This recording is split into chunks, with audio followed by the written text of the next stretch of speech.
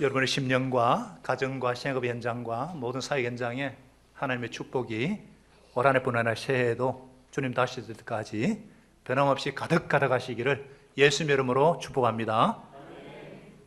오늘은 언약을 경고케 하신 하나님, 이런 제목으로 함께 은혜를 나누고자 합니다. 우리가 신앙생활 하다 보면은 하나님에 대해서 이해하지 못할 점들이 발견될 때가 있습니다. 사실 우리가 하나님에 대해서 이해하지 못할 면이 있어야 합니다.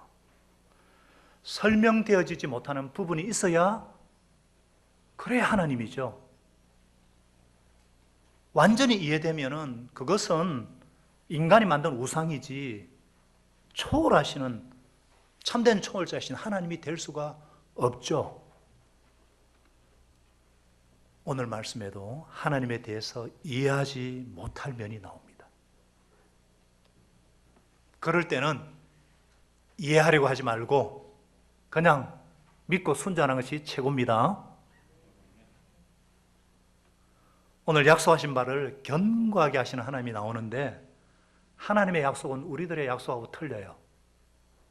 우리는 약속을 하지만 지킬 힘이 없고 또 잘 잊어버립니다. 그러나 하나님은 결코 잊어버리지 않고 반드시 약속대로 이루시는 신실하신 하나님이십니다. 전능하신 하나님이십니다. 이 하나님께서 약속을 견고하게 하기 위해서 하신 일들이 무엇인가?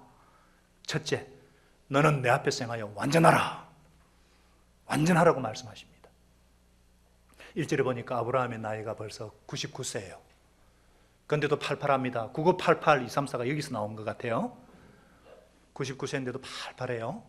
근데 보니까 16장, 그 앞장 맨 마지막에 16절에서 아브라함이 이스마엘을 낳은 때가 86세예요. 시간 간극이 13년인데 이 13년 동안 어떤 삶을 살았는지 언급이 없습니다. 마치 아브라함이 75세에 부름받기 전까지 갈대아 우르에서 어떤 삶을 살았는지 언급하지 않는 것과 같습니다. 하나님의 부르심과 상관이 없는 삶은, 그렇게 산 것은 언급할 가치도 없다는 것입니다. 하나님 없이 산 삶은 반복되는 일상만 있을 뿐 가치 있는 역사가 아니기 때문입니다.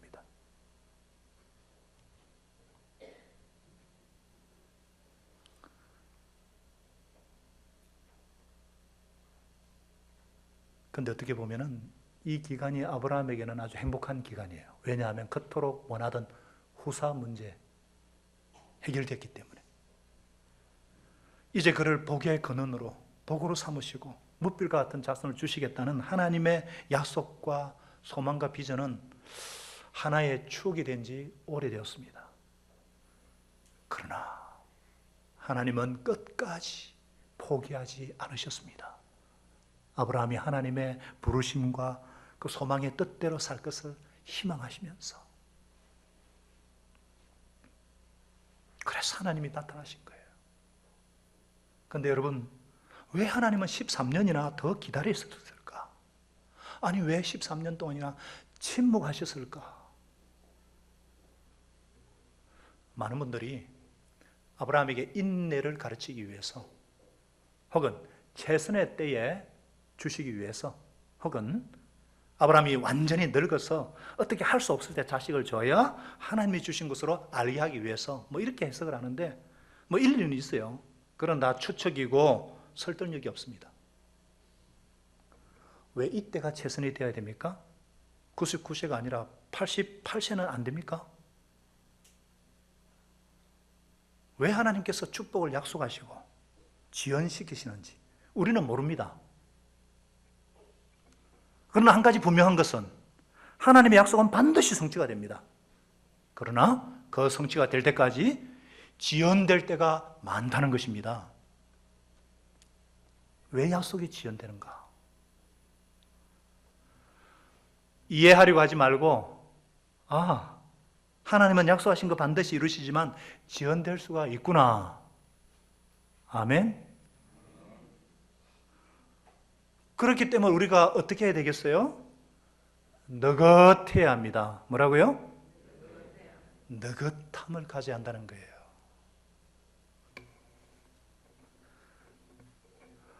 여러분, 베드로후서 3장 8절에 이런 말씀이 있죠.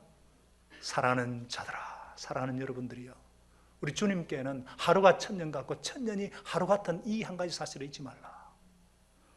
하나님의 시간 개념과 우리 시간 개념이 다르다는 거예요.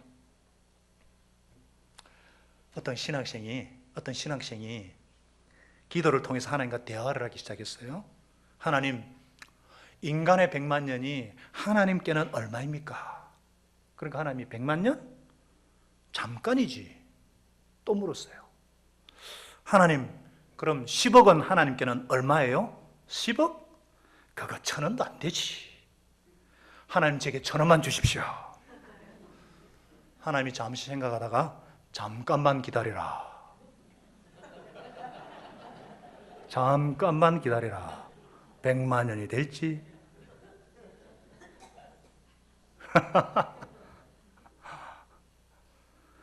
하나님은 무작정 느긋하신 분이십니다. 하나님께는 100만 년이 잠깐이에요. 하나님의 잠깐이 100만 년이듯이 하나님의 곧도 우리하고 곧하고 틀려요. 그게 내일이 될지 1년 후가 될지 다릅니다. 그래서 하나님께서는 하루가 천년 같고 천년이 하루 같다, 이 한 가지 잊지 마라 그러면서 9절에 뭐라 그랬어요? 베드로 3장 9절에 주님의 약속은 좀 비춰주셔요. 네. 주님의 약속은 어떤 이에 더디다고 생각한 처럼 더딘 것이 아니라 오직 너희를 대하여 오래 참아서 아무도 멸망하지 않고 뭐하기 위해서? 다 회개하기에 이르기를 원하노라. 회개하고 구원받기를 원하노라, 이 말이에요. 예수님께서 십자가에 죽으시고 부활 성천하시면서 내가 곧 다시 오마 약속하셨어요. 지금도 오고 계세요. 다시 오마, 곧 다시 오마 그랬는데 5년이 지나고 10년이 지나도 안 오니까 정말 예수님이 오는 거 맞냐? 거기에 대한 베드로 사도의 대답이에요. 곧이 너희들 생각하는 곧이 아니다. 예수님께서 곧 오시면은 구원받지 못한 사람은 다 지옥에 가는데 그럼 이거 어떻게 하냐 말이에요. 한 사람이라도 더 구원받기를 바라시는데 하나님은 그래서 기다리신다는 겁니다. 하루가 천년같이, 천년이 하루같이 하나님은 기다리세요. 느긋하신 분이세요. 사랑하는 여러분, 하나님께서는 약속을 주시고 반드시 성취하십니다만은 성취되는데 지연될 때가 있습니다. 그래서 우리는 자꾸만 왜? 그러지 마시고 느긋함을 가지시기 바랍니다. 우리 가정, 행복한 가정 만들어 주실 것이다 약속을 주셨으면 반드시 그렇게 해 주십니다. 그러나 그것이 한 달 만에, 1년 만에 아닐지도 몰라요. 지연은 되지만 반드시 이루어 주신 줄 믿으시기 바랍니다. 자녀가 방황을 해요? 말을 안 듣습니까? 하나님을 경외하고 믿음의 비밀을 가진 섬기는 예수 제자로 반드시 되게 되어 있습니다. 내일 당장 혹은 다음 달이 아닐지는 몰라요. 하나님은 느긋하신 분이십니다. 느긋하게 기다리십시다. 내 생업과 사업의 축복을 약속하셨으면 번성하게 하십니다. 형통하게 하십니다. 아무리 경기가 어렵다 할지라도 하나님이 도와주시면 그렇게 돼요. 그러나 그것이 내년이 아닐 수도 있고 실패를 맛볼 수도 있어요. 그러나 믿음으로 사는 자는 반드시 성공하고 축복받게 되어 있습니다. 왜냐하면 하나님은 모든 것을 합력하여 선을 이루어 주시는 좋으신 하나님이시기 때문입니다. 그래서 우리가 하나님과 더불어 살려면 하나님 왜요? 왜? 이렇게 하기보다는 우리가 하나님께 맞춰야죠. 하나님이 우리에게 맞춰야 되겠어요? 하나님이 나한테 막 맞춰야 되겠어요? 우리가 하나님께 맞춰야죠. 우리는 기껏 해봤자 요 몇십 년밖에 안 돼. 하나님은 그래서 신앙생활 느긋하게 해야 돼요. 깜빡 깜짝 놀라고 금방금방 실망하고 좀 있으면 좀 좋으면은 막 그리 삼고 그러지 마시고 끈기가 있어야 합니다. 느긋하게 끈기를 가지시고 절대적으로 선하시고 그래서 하나님의 대하는 방법대로 이시는 하나님을 바라볼 수 있기를 믿을 수 있기를 바랍니다. 그래서 오늘 하나님께서 저와 여러분에게 분명히 말씀하세요. 나는 전능한 하나님이라. 너는 내 앞에 생하여 완전하라. 전능한 하나님이라는 거예요. 이것은 아브라함에 대한 책망의 말씀이자 비전을 주시는 도전의 말씀이에요. 지금 아브라함이요, 영적인 소원도 잃어버리고 나이 늙어가지고 막 노인이 되어버린 그 아브라함에게 전능하신 하나님을 바라보라 도전입니다. 아브라함의 문제는 전능하신 하나님을 바라보지 못한 거예요. 믿지 못한 거예요. 완전하라는 거 도덕적으로 완전하라는 거 아닙니다. 하나님의 전능하심을 믿는 온전한 믿음을 가지라. 여러분, 믿음이란 뭐예요? 믿음이란 어떤 상황 가운데서도 신실하신 하나님을 신뢰하고 그분의 말씀을 믿는 것입니다. 아멘이시죠?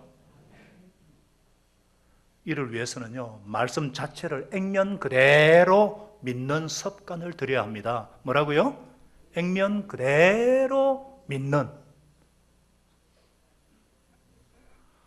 하나님이 약속하셨는데 지연이 되면요, 우리는 어떻게 합니까? 약속을 막 변형시키기도 하고요, 내가 이루려고 하거든요. 아브라함이 그랬지 않습니까? 한때는 종을 양자라 그러고 또 후처를 통해서 이스마엘을 그냥 내세우고, 분명히 하나님이 내 씨, 네 몸에서 날 자라야 네 자손 되리라 분명히 그랬는데 액면 그대로 믿지 못하고, 그러니까 얼마나 많은 갈등과 사고를 쳤냔 말이에요. 여러분들, 좋은 말 하기 전에 얼른 성태지 않더라도 액면 그대로 믿으시기 바랍니다. 하나님은요, 약속하신 거 문자 그대로 이루시는 분이세요. 천지는 없어지나 내 말은 1.1핵도 없어지지 않는다고 하셨어요. 물론 아브라함은요, 우리보다 신앙생활을 하기가 더 어려워요. 한 10몇 년 만에 한번 나타나가지고 대화하는 거잖아요, 하나님과. 얼마나 어려워요. 그런데 우리는 매일매일 하나님과 매일 말씀을 들을 수 있어요. 매일 성경, 매일 신약, 구약, 신약. 아브라함이 복이 있어요? 우리가 복이 있어요? 우리가 복된 상황인데도, 근데 우리는 우리 성경 말씀을 그대로 단순하게 믿으시기를 예수님의 이름으로 축원합니다. 얼른 응답이 오지 않더라도 신실하신 하나님은 반드시 이루십니다. 가능하면 문자 그대로 믿으시기 바랍니다. 저는 올해 마태복음 6장 33절 먼저 그의 나라가 그의 의를 구하라 모든 것 다 하시라, 이 말씀을 단순하게 믿고 순종하자 결단했습니다. 어떤 상황 관계 가운데 하나님과 나와의 관계에 집중을 했고, 오직 나의 의가 되시는 예수 그리스도, 그분의 이름 권세만을 신뢰하고자, 그리고는 마가복음 16장 16절에서 19절 말씀을 그대로 정말 믿고 세례받는 사람은 구원을 얻을 것이고, 믿지 않는 사람은 정죄를 얻을 것이다. 믿는 사람에게 이런 표적이 따를 것이다. 내 이름으로 귀신을 쫓아내고 새방언을 말하고 뱀을 짖고 무슨 독을 마실지라 해를 받지 않고 병든 사람의 손을 얹어 나으리라. 이 말씀 액면 그대로 믿고 그렇게 되게 해달라고 기도했습니다. 매달 예수 영접 모임에 생명을 걸었습니다. 그리고 예수님을 영접하는 역사가 일어나고 세례받는 일이 일어나고 성령 체험 시간에 새로운 방언을 받기도 하고 방언이 임하기도 하고, 중보 기도를 요청하는 분을 위해서 기도했을 때 치유와 능력을 경험하기도 하고 회복을 경험했다는 간증들이 막 일어나는 거예요. 올해는 특별히 낮은 것을 하는 하나님의 사랑, 작은 자를 기억이 있는 하나님의 사랑, 그래서 약할 때 강함 대신 하나님의 능력을 드리고자 고린도서 12장 9절을 요절을 붙잡고 어찌든지 이 말씀을 경험하고자, 그럴 때 하나님은 아무 자에도 쓸모없고 연약하고 허물 많고 부족한 저와 우리를 통해서도 설명되어지지 않는 하나님의 역사가 일어나지 않았습니까? 하나님은 새해에 하박국 3장 2절 말씀을 저에게 주셨어요. 주는 주의를 수년 내에 부응하게 하여 주옵소서. 진노 중이라도 긍휼히 여겨 주옵소서. 이 말씀을 붙잡고 기도하고 될 때까지 버텨보려고 합니다. 이 말씀을 하나님이 제게 주시고 어떻게 붙잡게 되었는지 그것은 내일 새벽에 나누도록 하겠습니다. 신실하신 하나님, 전능하신 하나님이시기 때문에 버텨보려고 합니다. 느긋하게 함께 하십시다. 두 번째, 하나님께서 언약을 경고하기 위해서 하신 일이 뭐냐? 할례를 행하게 하셨어요. 하나님께서는 마음이 해해진 아브라함에게 찾아오셔가지고 다시 언약을 상기시킵니다. 2절에 내가 내 언약을 너와 너 사이에 두어서 너로 크게 번성하게 하리라. 6절에 너에게서 민족들이 나게 하며 왕들이 내게로부터 나오리라. 그리고 7절에는 내가 내 언약을 너와 너 및 내 대대 후손 사이에 세워서 영원한 언약을 삼고 너와 내 후손의 하나님이 되리라. 이거는 이미 아브라함과 맺은 언약이에요. 새로운 언약이 아니라 아브라함과 맺은 언약을 어찌든지 성취시키겠다는 하나님의 의지, 하나님의 강한 의지를 보여주십니다. 여러분 창세기 17장에 자세히 읽어보시면요, 언약이라는 단어가 17번 나와요. 언약의 장이에요. 언약은 쌍방이 모두 지킬 때 효력이 있어요. 그런데 지금 아브라함이 하나님의 언약을 잊어버리고 그 취소돼야 되는 상황이거든요. 근데 하나님은 오히려 이를 더 견고하게 하고자 하셨어요. 하나님은 이해할 수 없는 분이에요. 이 하나님이 이해할 수 없는 은혜, 긍휼을 찬양합니다. 하나님 우리와 달라요. 이 아브라함이요, 나는 전능한 하나님이라 너는 내 명하여라 그러니까 자기 형편이나 처지는 막 변명하거나 토를 달지 않고 납작 하나님 앞에 바로 엎드려요. 이 아브라함이 참, 이게 아브라함의 훌륭한 점이거든요. 그는요, 문제에 빠졌다가도 말씀이 그냥 임하고 말씀을 들으면 무조건 그냥 엎드리는 순종의 사람, 아주 순수한 사람이에요. 순수하다는 게 도덕적 흠이 없다 그 말 아닙니다. 말씀을 경외하고 단순하게 액면 그대로 영접하는 믿음의 사람이었어요. 저와 여러분도 어떤 상황이라도 독생자를 주신 하나님의 사랑을 믿어 의심치 않은 줄 믿습니다. 이 하나님의 세상 끝날까지 나와 함께 하실 줄 믿습니다. 이 약속을 액면 그대로 믿기 때문에.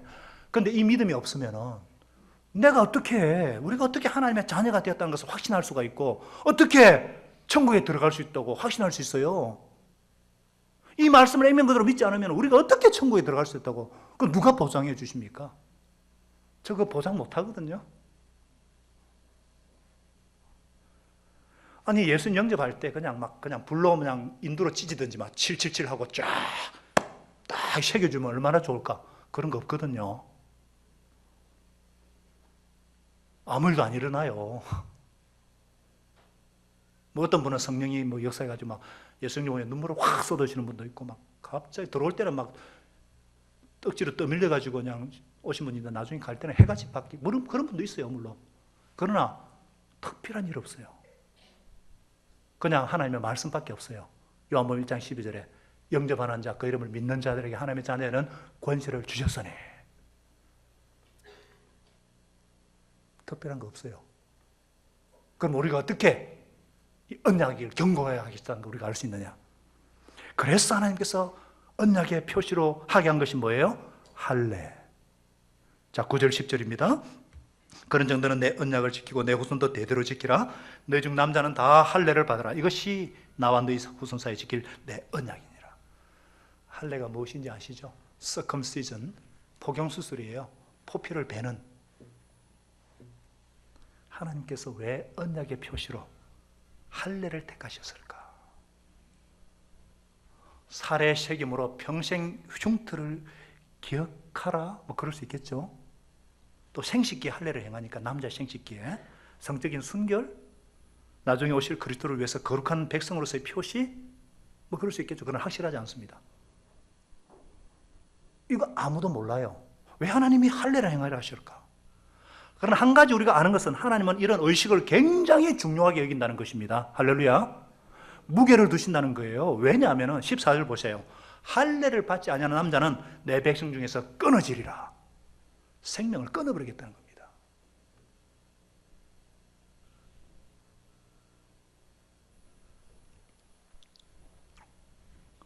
하나님이 그렇게 심한 말을 이해하기보다는 그냥 수용하시기 바랍니다.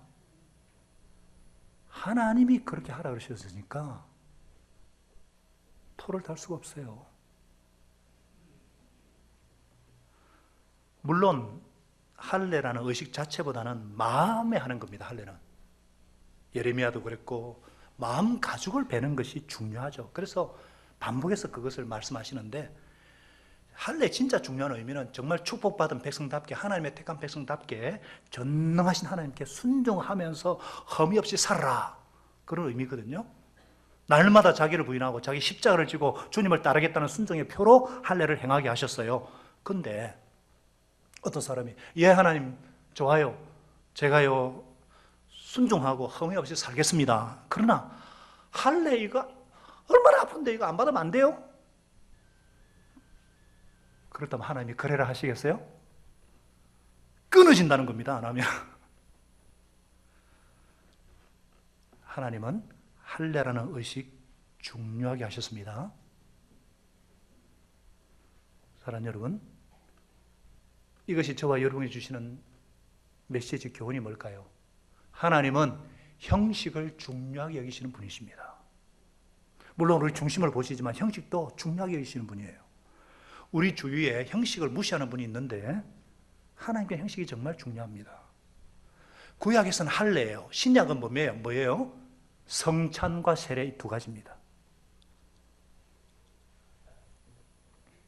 주 예수님께서 마지막 성만찬시에 유언적으로 주신 것이 성찬식이에요. 굉장히 하나님께 중요합니다. 예수님이 친히 제정하신 거예요.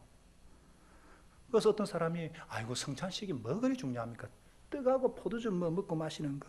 고린도 교회가 이거 가볍게 여기다가 문제가 터져요. 고린도전서 11장 29절에 보면은 주의 몸을 떡이죠. 분별 없이 먹고 포도주를 마시는 자는 자기의 죄를 먹고 마시는 것이니라. 그러면서 30절에 연이어 뭐라 그러냐면은 29절 11장 30절에 그러므로 너희 중에 약한 자와 병든 자가 많고 죽는 사람도 많다. 무슨 말이에요? 하나님께는 의식이 얼마나 중요한가 보여주는 겁니다. 끊어진다는 거예요. 하나님께서 중요하게 여기시니까 우리는 왜 그것이 그렇게 중요합니까? 따지지도 마시고 순종하십시다. 세례도 마찬가지예요. 세례도 예수님이 직접 명령하신 거예요. 성천하시기 직전에 유언으로 주신 말씀이에요. 유언은 법적인 효력이 있고요. 반드시 지켜야 돼요. 마태복음 28장 19절에 뭐라 그랬어요? 그러므로 너희 가서 모든 민족으로 제자를 삼아 아버지 아들 성령의 뭐 세례를 주라 그랬어요. 그런데 나는 예수님 영접하면 되지 꼭 세례를 받아야 돼요. 막 물을 그냥 적시고 나 싫어요. 그러면 하나님이 그래? 그래라 할 것 같아요? 아니요. 백성에서 끊어진다는 겁니다. 똑같은 말씀을 주실 거예요. 하나님이 주신 의식, 형식, 하나님에게 중요하니까 우리도 중요한 줄 알고 경외심을 갖고 대할 수 있기를 바랍니다.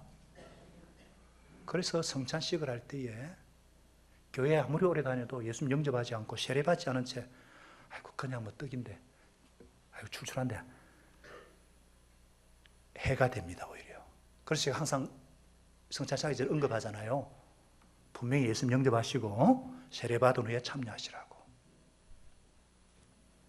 그리고 정말 예수님을 주님으로 영접하셨으면 세례받아야 됩니다.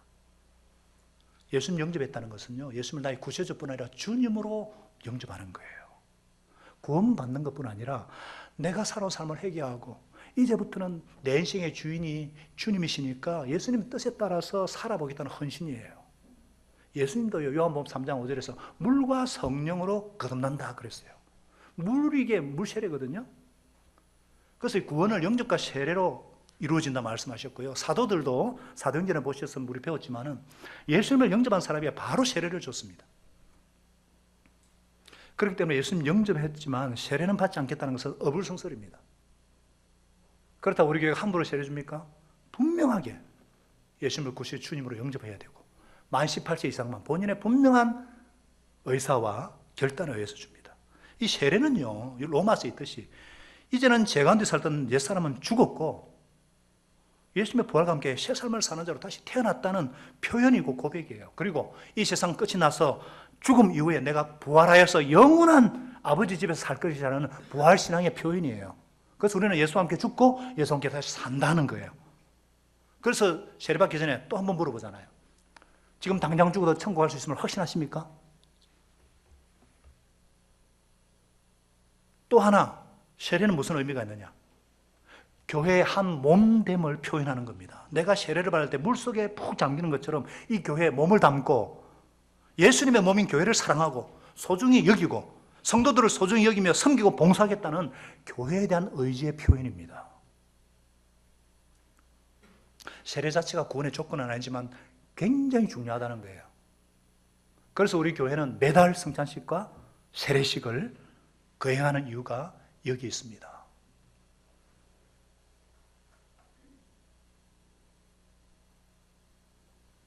예수님을 내가 영접했다는 거, 마음으로, 그러나 간증으로, 물세례로, 이미 성령 세례 받았지만은 물세례로 그렇게 하는 거죠. 하나님께는 이런 의식을 굉장히 중요합니다. 뿐만 아니에요. 하나님께는 교회의 구칙도 중요하게 여기세요. 왜냐하면 교회는요, 사람의 단체가 아닙니다. 그리스도의 몸이고 머리신 예수님의 지시를 따라서 기도하고 공동회에서 결정한 것이기 때문에 교회의 구칙은 하나님과 우리에게 매우 중요합니다. 마태복음 18장에 예수님께서 15절부터 19절까지 아주 중요한 교회 생활에 대해서 말씀하셨어요. 이게 권징에 관한 말씀인데 어떤 사람이 죄를 범했어요. 그러면은 그 사람만 상대하고 회개하면 얻을 것이고 그 사람이 그래도 하지 않으면 두세 사람 데리고 가서 정인의 입으로 말마다 청참하고 그래도 하자면 교회에 알려서 그래도 듣지 않으면 세리와 이방인으로 여기라 그래요. 이것은요, 교회의 권위를 말합니다. 그리고 18장 18절에 너희가 땅에서도 매면 하늘에서도 매일 것이고 너희가 땅에서도 풀면 하늘에서도 풀리리라. 교회에서 내린 결정은 하늘에서도 하나님이 인정해 주신다는 주님의 말씀입니다. 많은 분들이 신앙생활에 재미를 느끼지 못하고 믿음이 자라지 못하고 예수님처럼 변화되지 않는 이유는 이거 무시해서 그렇습니다. 형식과 규칙이 중요하다는 것도 모르고 무시해서 그래요.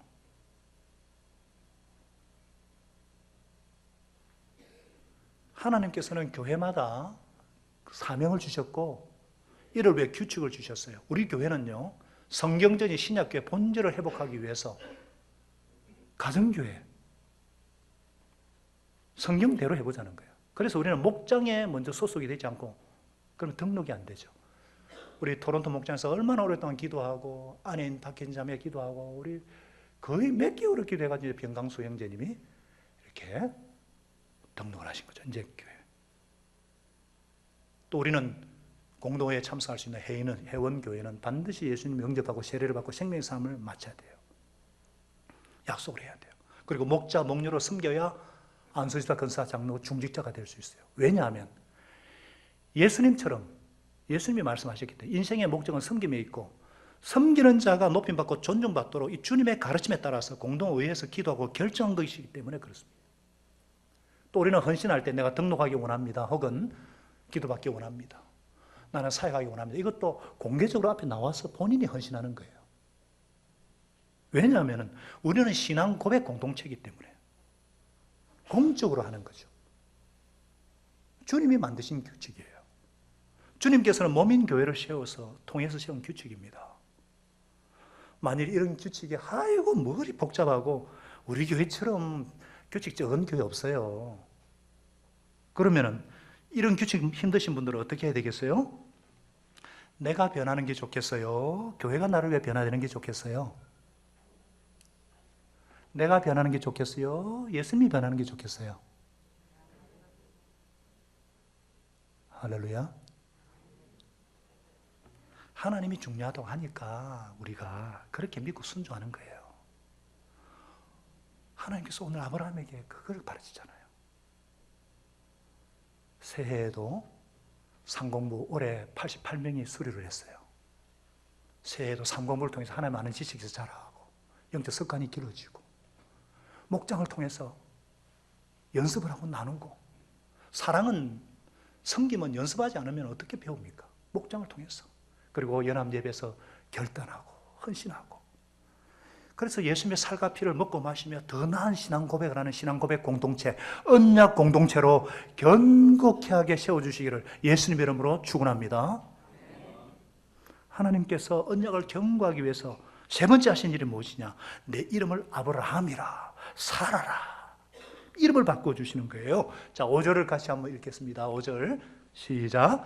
이제부로는 내 이름을 아브라함이라 하지 아니하고 아브라함이라 하리니 이는 내가 너를 여러 민족의 아버지가 되게 함이니라.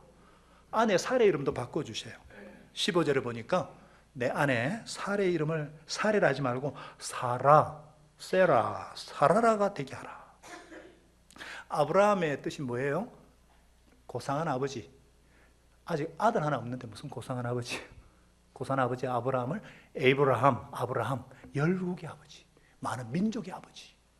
사라는 뭐냐면 고상한 여주인. 별로 고상한 여주인이 아니었거든요. 막 이렇게 하가를 괴롭히고. 근데 이제 사라, 열국의 어미 사라. 왜 이름을 바꿔주셨을까?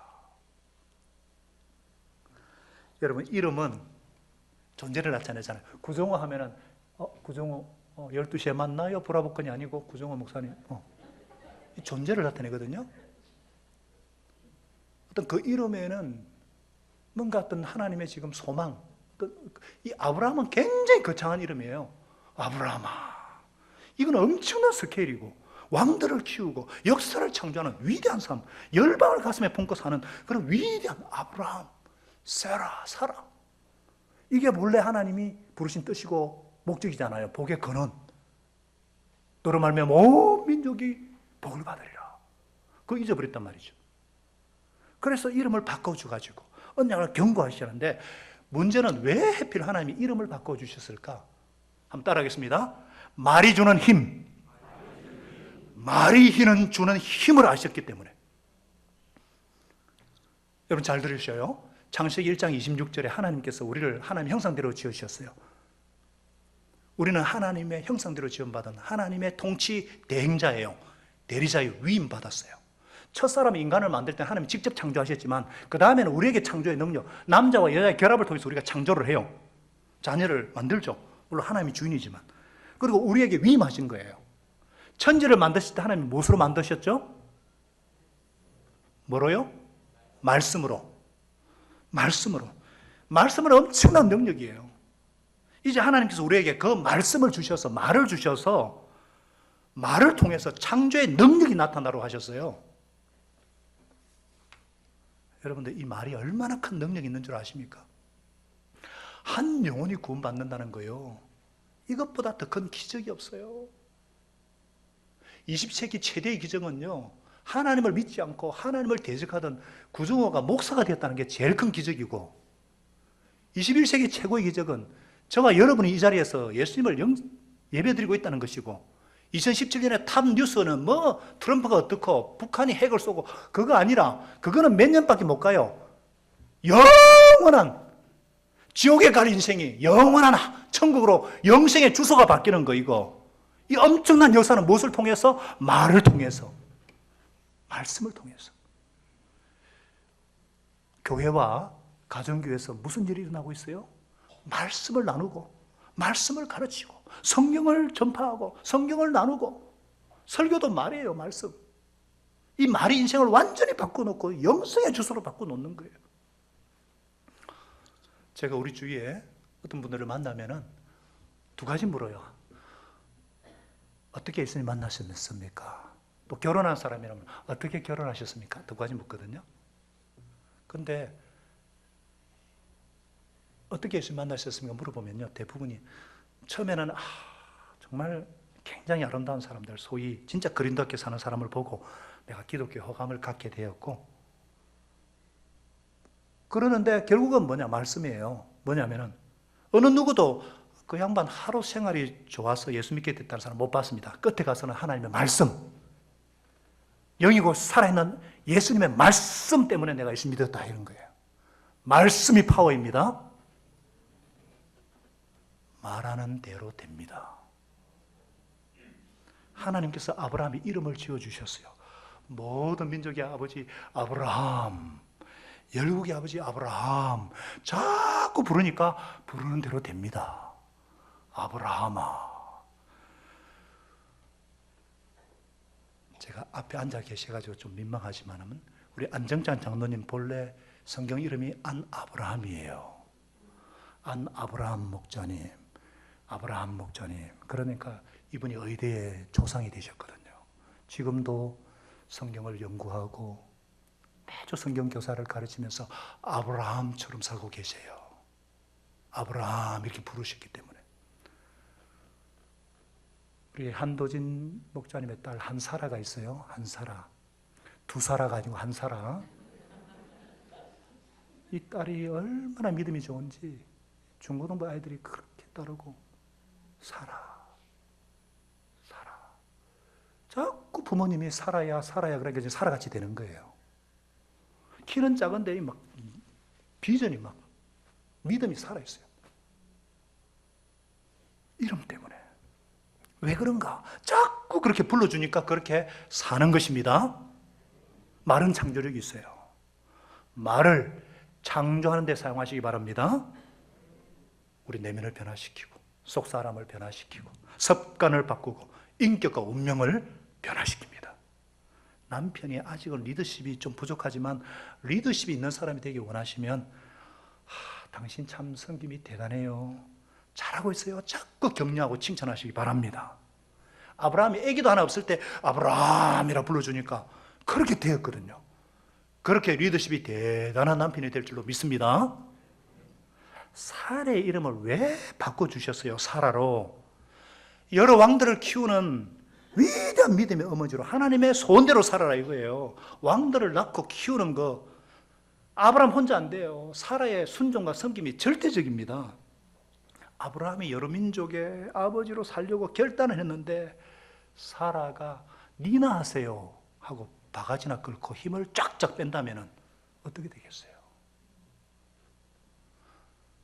나는 아기자기 잘난게 당신이나 그 좋은 아브라함 하시오 이랬다면 어떻게 되겠어요?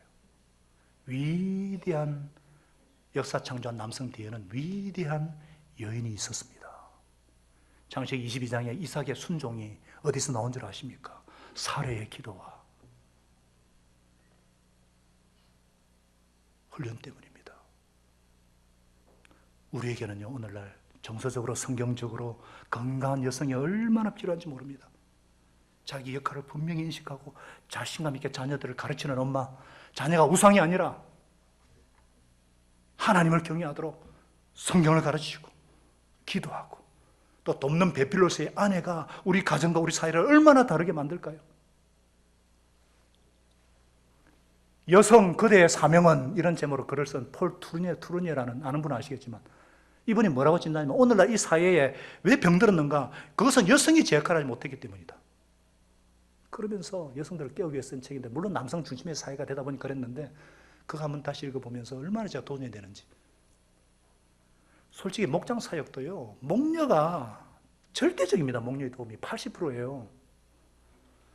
저가 아내가 없으면 목장 못 하거든요.